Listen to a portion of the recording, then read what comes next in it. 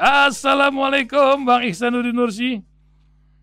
Waalaikumsalam Wah, warahmatullahi wabarakatuh. Masya Allah, ini banyak yang nunggu ini di Bang Ihsanuddin Nursi. Setidaknya ada 21 negara sekarang yang sedang ikut streaming kita. Banyak kisah, banyak kisah yang ingin kami sampaikan. Ini kererotannya, rerotan kayak Betawi aja. Rerotannya tuh antara lain urusan listrik ya. Ini kok ada urusan apa tuh power reeling? Kalau nggak dilakukan ngancem ini perusahaan-perusahaan akan meliberalkan sistemnya ini, dan kalau enggak dia akan pergi ke luar negeri, negeri yang lain katanya. Wallahu a'lam bishawab. Ini kan listrik menyangkut hajat hidup orang banyak ya, luar biasa. Karena sekarang ini listrik 220 tuh sampai 225 katanya surplus listriknya ya. Belum lagi urusan apa ya, Jakarta menjadi kota terburuk dunia kedua sekarang. Nah ini balik lagi ke urusan listrik nih. Batu bara dari Banten, dari Kerawang, dari mana itu disundut di sana asapnya ke Jakarta. Belum lah itu ya. Sementara di kalangan udara dan listrik begitu, ada lagi Hang Heng Hong di kalangan ini nih, Nahdlatul Ulama yang sedang membuat kongres luar biasa. Lagi musim nih kongres luar biasa, Kadin lah, NU lah, inilah. Semua partai baru selesai kongres kemarin, itu juga menjadi sorotan ya. Kalau di luar negeri, Bang Ihsanuddin Nursi, kekuatan Hizbullah nampaknya ditakuti ketika Iran yang baru saja meluncurkan satelit buatan sendiri. Amerika mewanti-wanti jangan serang Hizbullah, nanti hancur kau katanya. Masya Allah. Mungkin di antara itulah yang bisa kami ingatkan tentang berbagai cerita. Terakhir adalah ketika KPK susah nemuin Pak Presiden. Sudah 1 tahun mau ketemu tuh susah banget gitu. Apa yang terjadi nih? Ya mungkin itu Bang yang bisa diungkap pagi ini. Tapi tafadhal, mungkin ada isu lain yang bisa disampaikan untuk pendengar Radio Silaturahim 40 menit ke depan. Tafadhal Bang. Baik, terima kasih. Assalamualaikum warahmatullahi wabarakatuh. Waalaikumsalam. Ilman alam tanah innaka anta alimul hakim. Kita mulai dengan power wheeling ya. Saya 2 kali menjadi saksi ahli atas upaya liberalisasi sektor migas dan khususnya pada undang-undang kelistrikan. Dan ini kalau diurut ke belakang, ini bermula dari letter of intent IMF gitu ya, yang menyatakan bahwa kita harus meliberalkan sektor migas, termasuk sektor kelistrikan, dan itu dituangkan dalam perjanjian antara Government of Indonesia dengan Bank Dunia, sehingga kita tunduk patuh pada kemauan-kemauan asing untuk meliberalisasi sektor migas termasuk sektor kelistrikan. Dan hasilnya, walaupun pada 24 Desember 2004 Undang-Undang Kelistrikan yang pertama dibatalkan oleh MK karena memang bertentangan dengan Undang-Undang Dasar 45, tapi lahir Undang-Undang Kelistrikan yang baru yang pada hakikatnya isinya sama. Dan itu di bawah Ketua MK-nya Mahfud MD. Dan di situ hanya beberapa saja yang dibatalkan. Nah, mereka tidak puas karena kemampuan korporasi atau niat korporasi mendikte masyarakat, mendikte negara lewat sektor-sektor hajat hidup orang banyak, itu disebabkan PLN setelah mereka dikte melalui take or pay, berapapun harganya ambil, mereka nggak puas karena jaringan transmisi masih tetap dimiliki oleh PLN. Di sini mereka minta agar jaringan transmisi ini diprivatisasi juga. Jadi bukan hanya pembangkit listrik yang diprivatisasi. Nah, mereka minta jaringan transmisi, terutama yang gemuk dan gendut serta menggiurkan, terutama jaringan transmisi yang gendut dan menggiurkan, itu harus diprivatisasi agar, nah istilah beritanya, agar PLN tidak memonopoli, karena ini tidak boleh dimonopoli oleh mereka. Ini bagian dari strategi sekali lagi mendikte negara mendikte masyarakat lewat harga. Ujungnya adalah mereka ingin mengatakan nanti multi producer, multi buyer. Jadi akan banyak produser listrik dan banyak pembeli. Itulah liberalisasi. Nah, di undang-undang awal power wheeling itu masuk tapi kemudian dicoret. Lalu sekarang cuma tinggal ada di renewable energy. Boleh saya potong sedikit, Bang? Saya potong sedikit. Ya. Ya. Apakah benar perpecahan antara Soekarno dan Bung Hatta diawali dengan pengelolaan listrik yang tidak sepakat dengan koperasi gitu? Asal muasalnya memang digagas listrik itu dikelola secara koperasi. Disebabkan jika pendekatannya korporatif, maka dia akan ada imbuhan menjadi keuntungan sebagai salah satu bentuk target, salah satu targetnya. Sementara kalau pada koperasi adalah bukan keuntungan yang diburu, walaupun tidak boleh merugi, tapi kesejahteraan, kebutuhan hajat hidup orang banyak dalam hal ini listrik terpenuhi. Jadi public services, listrik ini public services, energi yang dikonsumsi oleh masyarakat, itu diproduksi oleh negara, dan negara kemudian menjamin harganya tidak mahal, dan karenanya terjadi proses pencerdasan disebabkan energi adalah bagian dari proses kehidupan masyarakat yang utama. Gitu. Model antara korporasi dan koperasi memang menjadi perdebatan tajam karena pada tahun berikutnya setelah perbedaan antara korporasi dan koperasi antara Soekarno-Hatta pada tahun 56, di tahun 58 sejumlah perusahaan asing itu dinasionalisasi oleh Soekarno. Nah, waktu itu tetap pola pikirnya antara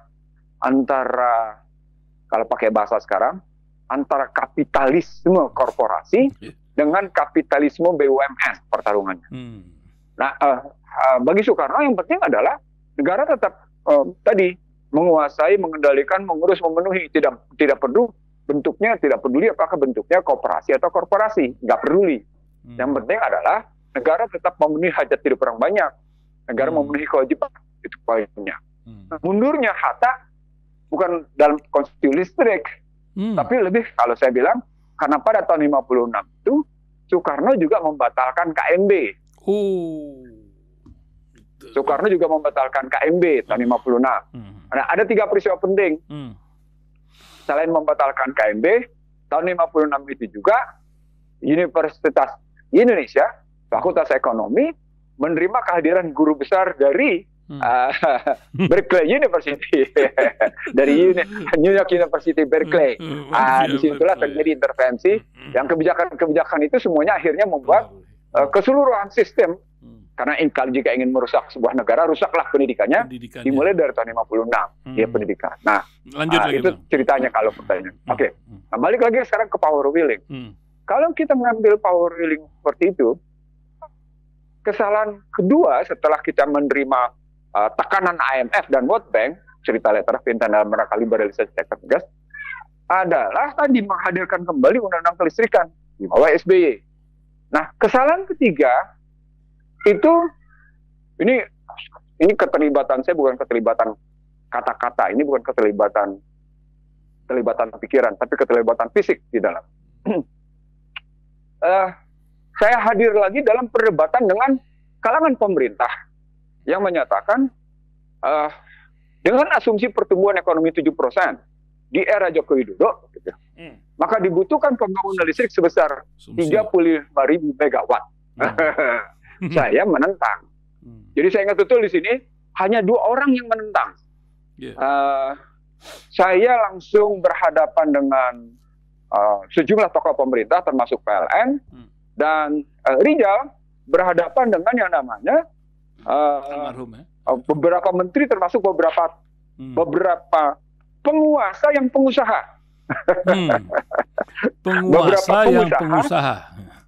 Pengusaha. Rizal berhadapan di pemerintahan karena itu waktu itu Rizal almarhum Menko Marinvest di situ. Untuk termasuk energi SDM di dalam. Saya menyatakan asumsi 7% salah. Karena dia tidak mungkin menunjukkan di tengah yang namanya tax ratio itu tidak pernah melampaui 10%.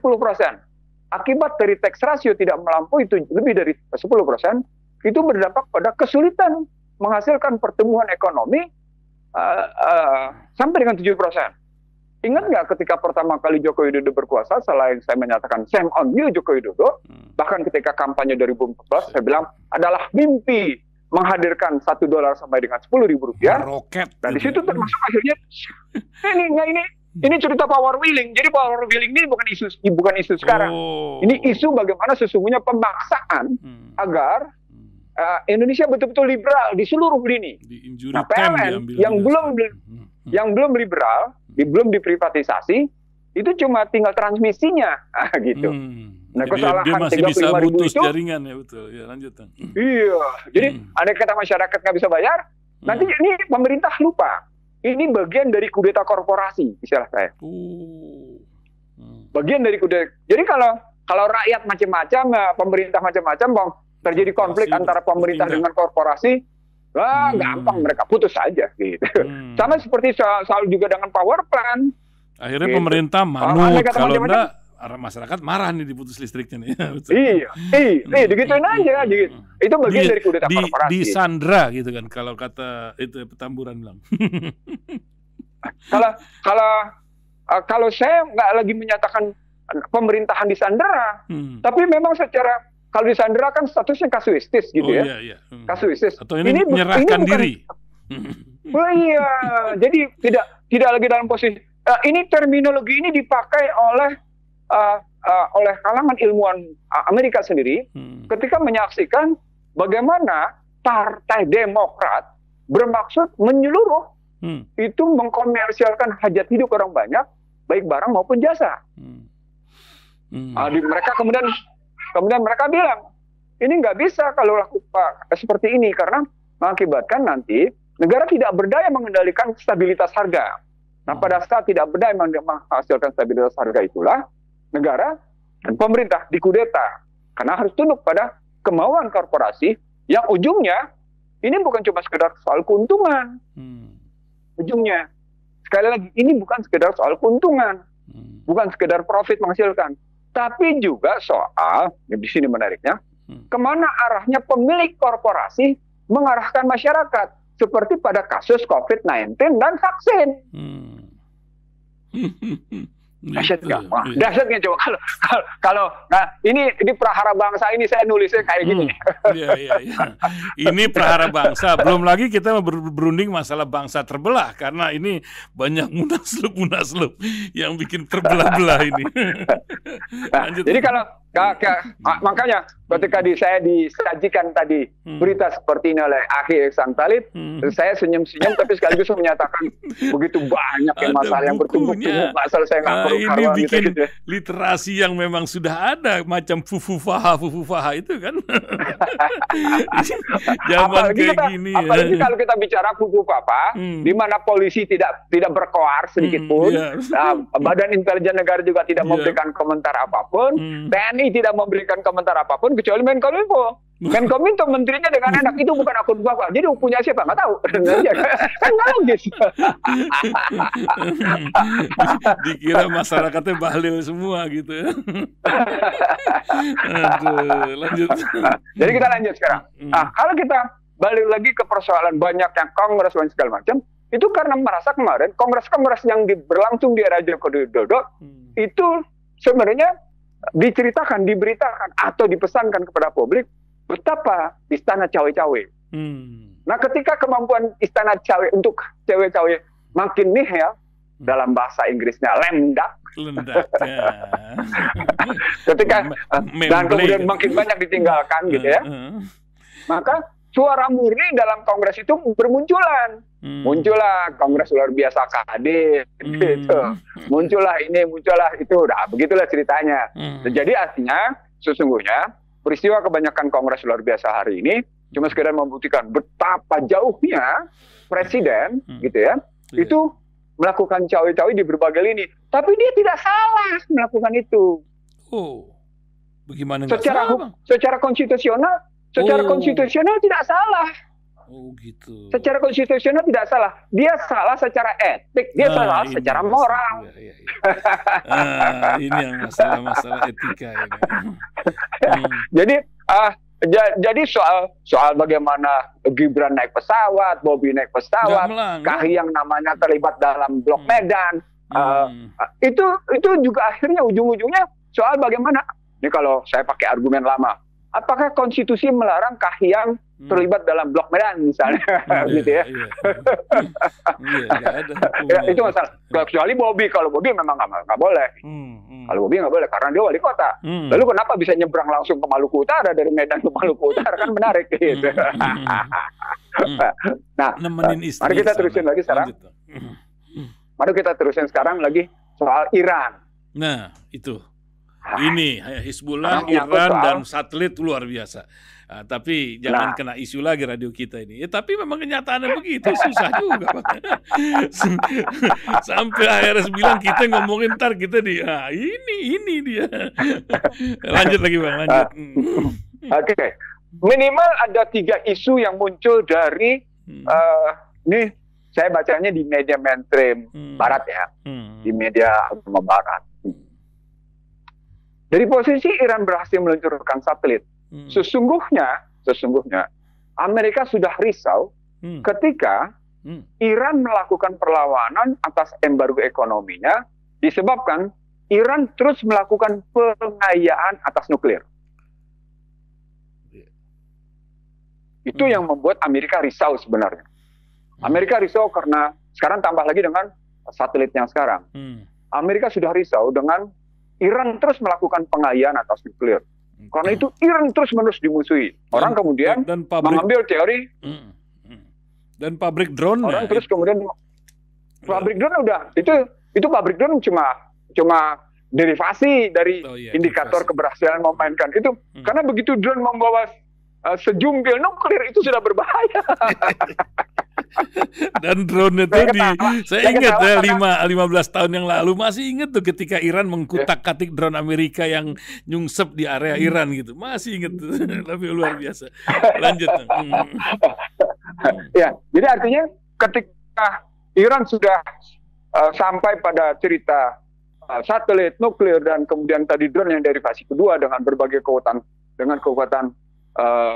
senjata tempur tanpa awak gitu ya, pesawat tempur tanpa awak. Itu kan drone pesawat tempur tanpa awak yang dengan hanya membawa sedikit sekelumit nuklir saja sudah menakutkan. Nah, itu membuat Amerika begini kalimatnya. Keberhasilan Iran melakukan pengayaan atas nuklir dan kemampuan Iran bertahan atas embargo ekonomi sesungguhnya membuat Amerika makin susah mempertahankan posisi sebagai pemimpin dunia. Gitu kalimatnya. Ini berarti posisi unilateral yang memang sudah menurun disebabkan oleh Rusia dan disebabkan oleh Cina dan Rusia makin menurun ke bawah, bukan lagi hanya dalam perspektif multipolar, tapi sungguh-sungguh menjadi, di sini kata kuncinya, hyper bilateral. Pakai kalimat hyper. Apa artinya? Artinya intensitas antara dua negara yang punya kemampuan kerjasama tinggi dan membangun komitmen utuh untuk pertahanan, yang berarti perlawanan terhadap Amerika, sesungguhnya membahayakan Amerika sendiri dan Israel. Kenapa? Karena mereka mencontoh bahwa hyper bilateral antara Amerika dengan Israel itu membahayakan negara lain. Yang salah satu contohnya adalah tadi berbahaya bagi genosida. Menarik kan? Yeah. Di sini menarik nih dari pertarungan berpikir dengan model-model kayak gini yang disebut, saya menyebutnya sebagai accumulative war atau perang yang terakumulasi berdasarkan kumpulan kekuatan. Maka mereka sendiri akhirnya melihat ini berbahaya. Kenapa? Tadi kalau lo berbuat buruk bagi orang lain, keburukan itu akan balik buat lo. Kalau lo jahat bagi orang lain, kejahatan itu akan balik buat lo. Gitu. Nah, itu terbukti. Itu kajian pertama. Begitu. Kalau begitu, bagaimana kita menahan? Dia nggak bisa. Tidak lagi ada satu kemampuan di dunia yang bisa menahan laju pertumbuhan teknologi sebuah negara disebabkan di sini Amerika terlampau angkuh dengan posisi dirinya. Itu muncul tuh. Amerika terlampau angkuh dengan posisi dirinya. Amerika terlampau angkuh dengan kepemilikan hulu ledak nuklirnya yang banyak. Gitu. Amerika terlampau angkuh dengan keunggulan-keunggulan lainnya. Lalu keluarlah indeks teknologi yang dari 40 sekian itu ternyata sekian puluh persen, 34 lebih, dikuasai oleh Cina. Nah dari sana, Cina mengebangun kerjasama. Disebutlah balik lagi ke tesis pertama tentang hyper bilateral. Nah ini membuat situasi ekonomi politik dunia makin tidak jelas arahnya kemana. Nah itu dampak. Jadi yang kedua, jadi setelah hyper bilateral, itu mengakibatkan tidak jelasnya kemana arah ekonomi politik dunia. Tidak jelasnya siapa kepemimpinan dunia. Tidak jelasnya kemana perjalanan dunia. Sebenarnya kalau tidak jelas karena mereka bermaksud tadinya tetap ngomong hegemoni kan. Sehingga mereka bilang tidak jelas. Gitu. Bahkan beberapa negara sekarang persiapan bertemuan BRICS sebentar lagi. Ini kan begitu. Nah, di sini masuk. Kalau sudah sampai pada posisi tadi, kan asal-muasal kita bicara hanya teknologi, IT dan nuklir, gitu. Kan soal satelit sebenarnya dalam rangka perang dirgantara. Jadi perang nanti adalah dominan oleh perang dirgantara, karena slot satelit akan saling serang gitu, dan kemudian mempengaruhi frekuensi dan operasi militer di bumi gitu. Nah, masuklah kemudian ke persoalan tadi, di mana Indonesia lagi-lagi salah langkah. Karena mendaftar menjadi anggota OECD, sementara BRICS semakin hari menunjukkan makin kuat, makin kokoh gitu. Makanya Malaysia belum lama ini sudah menyatakan ingin menjadi bagian dari BRICS. BRICS adalah Brazil, Rusia, India, China. India sendiri diiming-imingi oleh Washington, New Delhi sendiri diiming-imingi oleh Washington agar jangan terlampau kokoh di dalam posisi BRICS. Sehingga BRICS tidak terlampau kokoh untuk melakukan perlawanan terhadap Washington. Wah, itu lagi-lagi menunjukkan situasi nggak jelas mana dunia gitu. Itu 3 berita yang menjadi pembahasan ramai. Sebenarnya ada lagi 4 hal lain, tapi kalau kita bahas hanya tersisa di situ waktunya.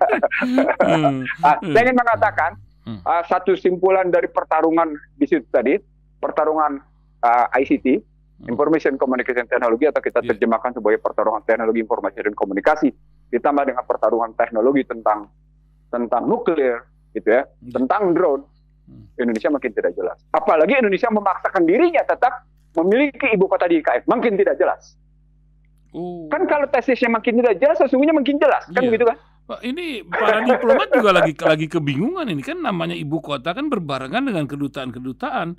Saya nggak ngebayangin itu kedutaan Australia, kedutaan Amerika yang segede-gede gambreng itu di Kuningan, di Monas, harus pindah ke sana. Ini mungkin jadi konsulat terbesar di dunia buat dia ini. Mereka juga kan lihat aja lah akhirnya bagaimana begitu kan. Nah, tambah lucu lagi, bukan begitu Bang? Iya makanya, jadi tadi sesuatu yang tidak jelas sesungguhnya jelas, gitu kan. Gitu. Artinya dilihat dari situasi itu, makin tidak jelas kemana Indonesia. Dan makin jelas bahwa sesungguhnya yang ada adalah bukan melahirkan kedikdayaan. Kalau pakai bahasa sananya, tidak adanya the dignity of nation. Walaupun para kedutaan besar yang negara-negara besar itu berdiam, mereka sesungguhnya sedang melecehkan. Itu yang jelas. Karena bagi mereka perpindahan kantor kedutaan besar itu ke sana, buat mereka bukan persoalan biasa. Kan mereka bukan cuma sekedar operasi ekonomi, hubungan ekonomi, tapi juga operasi bagaimana. Ya sudahlah, kita tahulah. Apalagi negara-negara besar itu gitu loh. Udahlah, dengan situasi. Contoh sederhananya soal tadilah Garuda darurat, Garuda biru, contoh sederhana. Kasih kode gitu ya. itu betapa hebatnya operasi intelijen yang muncul di belakang itu kan. Waduh. Jadi artinya lagi-lagi makin jelas lah sesungguhnya perpindahan ibu kota ke Pasir Penajam Utara atau ke IKN sana sebenarnya menunjukkan ada satu permasalahan yang belum teratasi, belum ya ada misi tersendiri, ada misi khusus gitu, yang mestinya kita selesaikan di situ gitu. Itu saya kira yang patut kita pertimbangkan secara baik soal itu gitu. Kalau dalam soal tadi. Komentarin masalah perpecahan di Kadin maupun di Munaslup Cirebon ini, itu apakah memang sudah bagian dari analisa bangsa terbelah yang Bang Ihsanuddin Nursi tulis berentet dengan berbagai cerita lain ketika bangsa ini memang dibelah-belah lagi, belum lagi KPK yang lagi garuk-garuk kepala, mau ketemu Pak Presiden 5 tahun nggak bisa-bisa, Masya Allah. Gimana Bang, itu kayak inget Pak J, kamu ketemu Presiden. Gimana, silakan. Jadi kalau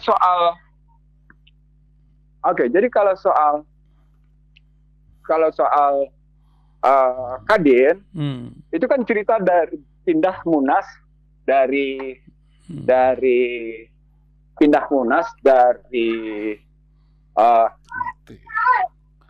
Sulawesi, dari Bali ke Kendari ya. Kendari ya. Iya, sama asalnya begitu. Pindah. Lalu itu menunjukkan lagi tadi ada cawe-cawe. Jadi ada cawe-cawe di situ. Perpindahan Munas dari Bali ke Kendari itu, itu mengakibatkan sejumlah orang tidak puas dengan keterlibatan itu. Ya, namanya pengusaha yang merasa punya otoritas tinggi atas korporasinya, yang punya otoritas tinggi atas organisasinya. Karena di dalamnya sudah terjadi kesepakatan tertentu. Tapi karena keterlibatan istana gitu ya saat itu, ini saya dengar langsung dari mereka yang terlibat soalnya. Pasti ada panggung belakang yang sedikit terkuak gitu ya. Iya. Saya mengerti betul bagaimana peristiwanya gitu ya. Saya bilang, maka ya sudahlah, kalau memang cawe-cawe itu terjadi, silahkan katanya. Maka terpilihlah. Nah, tapi kan posisinya tadi udah saya bilang lemdak. Nah, dalam posisi lemdak, ya sudah kita kembalikan saja aspirasi yang pernah terjadi dulu di Bali kayak gimana gitu ceritanya. Nah, muncullah perlawanan. Perlawanan itu sesungguhnya jika situasinya balik pada sumber asal muasal kekuasaan, dia tidak akan pernah bisa utuh. Karena memang ada persoalan tersendiri pada riwayat atas Munaslup Kadin. Nah, sekarang kesempatan untuk dilakukan, maka terjadilah itu perubahan. Itu cerita ringkasnya begitu. Jadi sebenarnya ini mengembalikan komitmen Bali, mengembalikan bagaimana Munas Kadin di Bali itu akhirnya sekarang dibalikan lagi seperti ini. Ringkas ceritanya begitu. Sekaligus ini menunjukkan bahwa daya tawar presiden, daya tawar istana itu mungkin berkurang. Nah, di sini ingat nggak ada pertemuan tersendiri antara sejumlah tokoh Kadin dengan lingkungan dekat partai tertentu dan berfoto dan beredar semuanya sebelum Munaslup nih. Ingat nggak fotonya? Iya, berarti ya itu ada yang kemudian foto itu saya viralkan. Foto itu saya viralkan. Cuman orang nggak ngerti. Ini apa nih Bang maksudnya? Foto ini saya diam aja, saya nggak jawab gitu. Bentar lagi kisah akan ada. Luar biasa. Saya nggak jawab. Saya cuma ingin menyampaikan pesan. Ini akan ada peristiwa tertentu. Ini fotonya diawali dengan foto ini. Gitu. Nah, entah apa dan terjadi kemudian peristiwa tertentu apa Bang Ihsanuddin Nursi kan bergaul sama mereka. Akankah mereka akan mengembalikan setidaknya sebagian dari konstitusi yang sudah dibuat oleh para pendiri bangsa ini kembali ke asal muasalnya? Akan kepala oligarki itu ikhlas untuk ditekan oleh para politisi?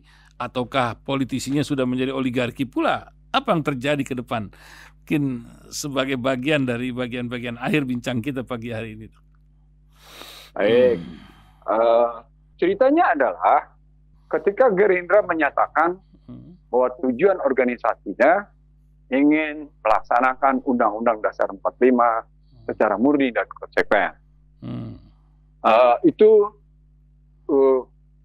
bagaimana itu terlihat pada bagaimana cerita Prabowo kampanye pada 2019. Dan juga tersurat serta tersirat, walaupun sedikit volumenya, pada kampanye 2024. Nah, kalau kembali ke dalam cerita amanat anggaran dasar mereka, maka ini bagian dari kajian perkara bangsa di sini. Bisa kita lihat bahwa biaya pemilu yang makin meningkat sehingga mengakibatkan biaya per pemilih, per voter, dan biaya per calon, gitu ya, itu makin meningkat. Tidak membuahkan, tidak menghasilkan kondisi masyarakat yang makin baik. Jadi jangan diukur dengan fisik ya, yang disebut dengan membaiknya ya. Kalau diukur dengan fisik, orang akan berargumentasi menjadi arguing dengan infrastruktur. Kualitas walaupun pendidikan infrastruktur dan tadi dengan gini, iya, dengan macam-macam. Kita ngukurnya dari kondisi yang non fisik. Misalnya kita ukur dalam posisi apakah masyarakat makin kental dalam kerjasama, apakah pemerintahan makin efektif dalam mengambil keputusan, gitu contoh-contoh sederhananya. Apakah kebebasan ketentraman dan kedamaian sipil, kehidupan masyarakat sipil makin membaik gitu. Apakah hukum dirasakan adil? Itu contoh-contohnya. Apakah dirasakan yang namanya kehidupan perekonomian itu betul-betul melahirkan keadilan sehingga orang kaya tidak makin kaya, orang miskin tambah miskin gitu contohnya. Apakah sumber daya, contoh sederhananya masuk ke ininya, itu dimiliki oleh negara dan betul-betul dikembalikan oleh negara kepada warga negara, contoh-contohnya begitu gitu. Nah, itu kelihatan bahwa biaya pemilu sejak 2004 sampai dengan 2024 meningkat ya, meningkat 100 kali lipat.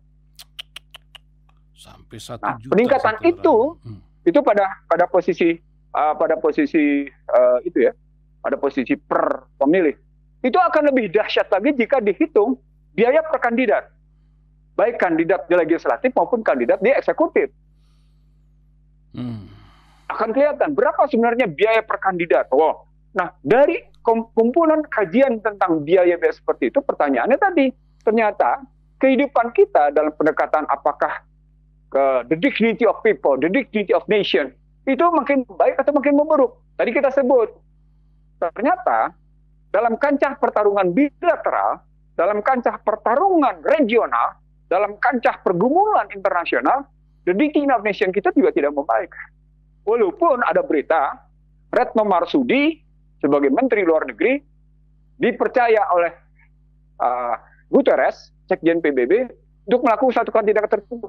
Itu dilihat Indonesianya atau dilihat Retno Marsudinya.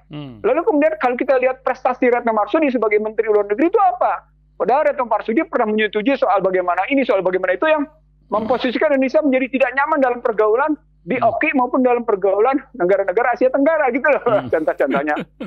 Yang mestinya kita lihat kan begitu gitu. Nah, kalau indikator-indikatornya kayak gitu, maka sesungguhnya problematik yang muncul dalam soal kondisi sekarang, apalagi berkaitan dengan pilkada sekarang nih, gitu kan? Dengan ada yang menyebut itu si tulang lunak datang ke Betawi ngapain deh? Nah, serius itu sampai kayak gitu sampai masyarakat ngomongnya. Gitu. Itu si cowok gemulai ngapain datang ke sini? Gitu.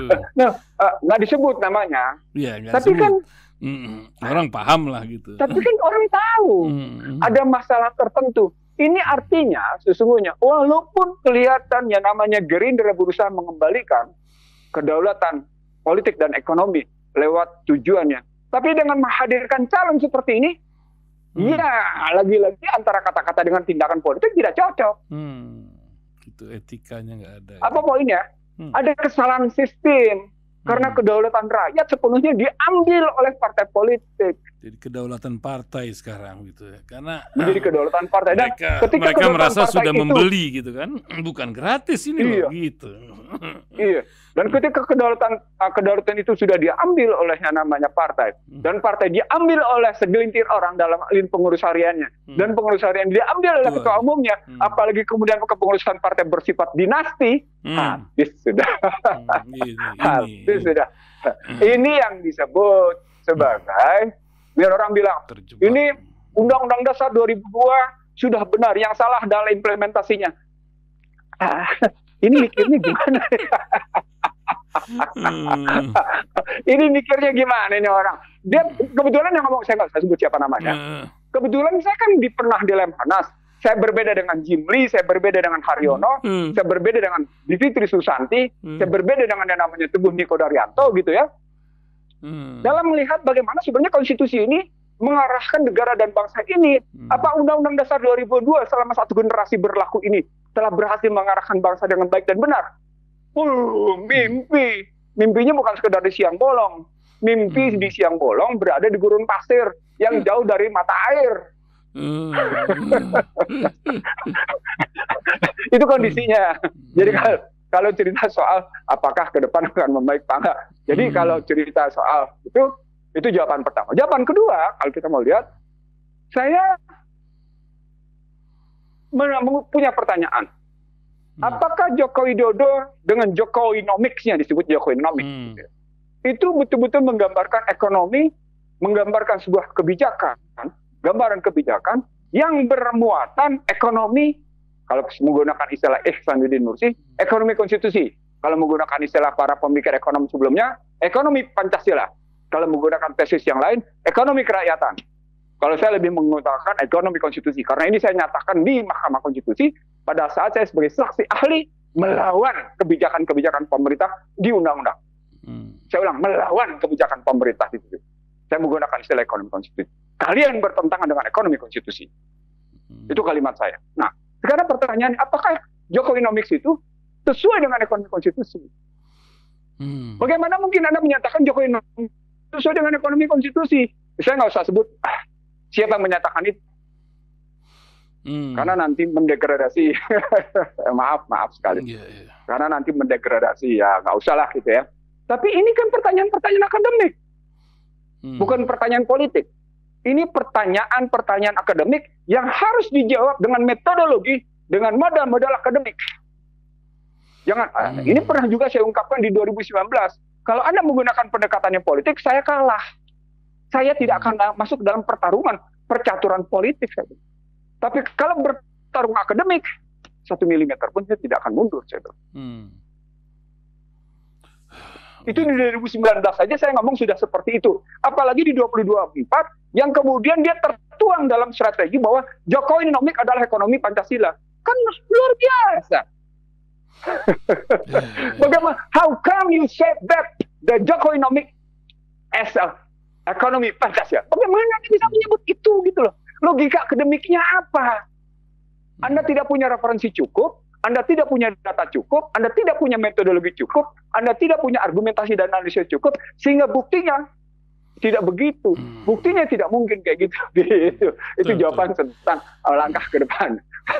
Nah, soal kemudian KPK sulit menemui presiden. Ini kan soal keikhlasan kekuasaan. Soal keberanian kekuasaan bertanggung jawab. Satu. Yang kedua, loh, KPK ini kan sudah dalam pengaruh presiden. Undang-undang KPK yang direvisi mengakibatkan posisi KPK tidak lagi di bawah, tidak lagi menjadi independen, tapi membuat posisi KPK di bawah pengaruh dan kekuasaan presiden. Jadi kalau Sang Tuan tidak mau menjumpai, KPK juga tidak bisikin apa-apa. Karena di bawah Sang Tuan kan, sederhananya begitu. Memang panitia seleksi itu siapa? Panitia seleksi sudah di dalamnya sudah ada orang-orang yang dinyatakan yang lulus nanti si A, si B, si C, si D ya. Nanti DPR biar diatur partai politik yang akan. Itu sudah mereka redesign, sudah itu yang disebut dengan law as a political engineering. Hukum sebagai rekayasa kekuasaan. Gitu mekanismenya. Jadi kalau KPK bangun argumentasi kayak gitu, ya sudah lah. Itu cuma sekedar menunjukkan bahwa memang KPK di bawah ketiak presiden. Gitu. Sederhananya begitu gitu.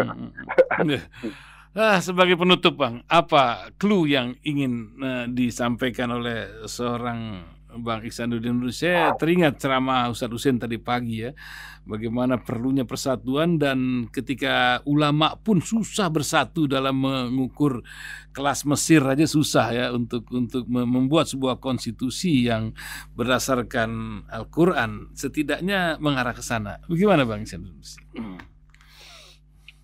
Iya, yang pertama harus saya sampaikan adalah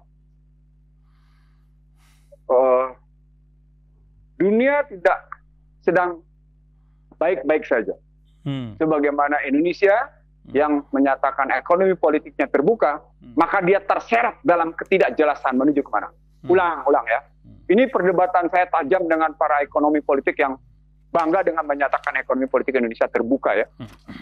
Akibatnya Indonesia terseret arus dari ketidakjelasan dunia mau kemana. Nah, dari posisi keterseretan arus di mana, saya kembalikan ke dalam Al-Zariyat 11. Hanyut dalam kebodohan. Padahal, kalau kita punya betul-betul dignity, punya martabat berdasarkan Al-Quran dan hadis, kita tidak akan terseret atau hanyut dalam kebodohan. Pemimpin yang betul-betul bersumpah atas nama demi Allah, itu berarti dia akan dibimbing oleh Allah. Tapi karena kemudian demi Allahnya berbasis pada kecurangan, berbasis pada tidak etis dan tidak bermoralnya kekuasaan, maka dia tidak mengerti dibawa kemana negara ini. Itu saya ngomong udah beberapa tahun lalu, sebelum bangsa terbelah terbit, udah saya bilang, in the middle of nowhere. Nggak jelas bangsa ini kemana. Kebayang nggak, saya tampil sebagai panelis dalam perdebatan pemilihan bupati, wali kota, dan gubernur. Dan selalu dalam perdebatan itu, dan sebagai panelis, saya bisa menunjukkan betapa yang namanya para calon itu sesungguhnya hanya menunjukkan subjektivitasnya mau dibawa kemana daerahnya. Itu nasional sama. Hanya menunjukkan subjektivitasnya, bukan subjektivitas bangsa, tapi subjektivitas diri dan kelompoknya mau dibawa kemana negara ini. Itu logikanya begitu gitu. Dan itu yang membuat saya akhirnya seperti seorang panelis yang mereka bilang demikian, yang demikian menakutkan bagi para calon. Dan saya berhadapan dengan orang-orang yang berada di belakang para calon. Siapa mereka? Konsultan yang menjual pemikiran, konsultan yang melakukan survei. Coba tersesatnya kayak gimana? Coba bayangkan tersesatnya kayak apa? Sudahlah konstitusinya sudah menyesatkan, di dalam perlakunya juga menyesatkan. Coba gimana? Kan industri survei. Ya enggak ya. Kalau sudah industri survei dengan model kajian kayak gitu, di tengah konstitusinya sudah menyesatkan, kan kesalahannya sudah berkali-kali. Nah, di sini yang saya bilang, kalau kita mau perbaiki, kalau kita mau kembali lagi bersatu, memang ada cara lain. Bukan akhirnya, bukan jika. Kita memang harus bersatu. Nah, repotnya kemarin kita mau diacak-acak dengan istilah pluralisme agama. Padahal kita tidak dalam kerangka, tidak toleran terhadap agama lain. Kenapa Anda tetap memaksa Islam untuk tetap toleran? Kami sudah toleran. Bahkan derajat toleransi kami jauh lebih tinggi dibanding yang lain. Tapi Anda tetap memaksa sekularisme dan pluralisme. Itu adalah peristiwa kemarin. Gitu. Itu makanya tadi Ustadz Husain ngomongnya seperti itu. Karena ini kan masih sama memang melihatnya. Bahwa yang namanya masalah sekularisme, pluralisme, liberalisme, ini kan memang bermasalah di negeri ini. Sementara kita sudah dipaksa terus untuk menulis toleran. Gimana coba logika berpikir? Ada kesalahan berpikir. Jangan menyudutkan. Kalau orang sudah tersudutkan, jangan salah. Nanti akan ada arus balik. Itu wanti-wanti saya. Insyaallah. Akan ada arus balik. Itu hukum Allah. Itu sunatullah. Ketika yang namanya manusia merusak keseimbangan di muka bumi, Allah akan memutuskannya lewat bagaimana yang namanya bencana alam. Seperti yang terjadi di Palu. Bagaimana likuifaksi menggulung habis-habisan. Dan itu sangat mengerikan. Seperti juga terjadi dengan tsunami dan beberapa daerah lain. Masya Allah. Jadi jangan sampai Allah menurunkan kekuasaannya karena patut menjaga keseimbangan sebagaimana Ar-Rahman dalam Irabbikum kewajiban yang pertama, jangan rusak keseimbangan yang aku buat. Dan kalau rusak, pasti keseimbangan itu akan diutuhkan. Dan itu berarti akan muncul bencana-bencana yang luar biasa. Bencana itu bukan sekedar bencana fisik, terbanyak yang namanya bencana sosial, bencana politik, dan bencana ekonomi. Itu yang saya bilang berkali-kali. Ketika kemarin kita lihat ada bencana demikian besar, saya bilang, ini nanti akan ada bencana lebih besar. Dan ternyata betul, pemilu kemarin itu bencana. Karena orang sibuk hanya pada angka tanpa norma. Tanpa etika. Artinya angka tanpa etika, artinya angka tanpa moral. Itu bencana. Gitu melihatnya. Nah, Itu yang bisa saya sampaikan secara penutup. Artinya sesungguhnya tidak mungkin kita melepaskan ajaran dalam kehidupan. Karena ajaran yang terbukti tangguh, benar, dan membawa keselamatan serta kedamaian hanya Al-Quran. Dan mari kita bersatu di bawah Al-Quran dengan hadis, bukan di bawah pendapat para ulama yang sekedar menjual ayat bagi kepentingan dirinya, bagi kekayaan dirinya. Jangan begitu gitu. Subhanallah, la haula wala quwwata illa billah. Akhirnya penutup, saya mohon maaf jika ada yang tidak berkenan, gitu ya. Salah karena saya memang bodoh, kurang karena saya berarti tidak luas pengetahuannya, dan kalau terjadi kekeliruan itu berarti saya harus belajar lebih, dan memang kita adalah manusia pembelajar dengan rujukan Iqra. Demikian, subhanaka la ilaha illa anta wa astaghfiruka wa atubu ilaik. Assalamualaikum warahmatullahi wabarakatuh. Assalamualaikum warahmatullahi wabarakatuh.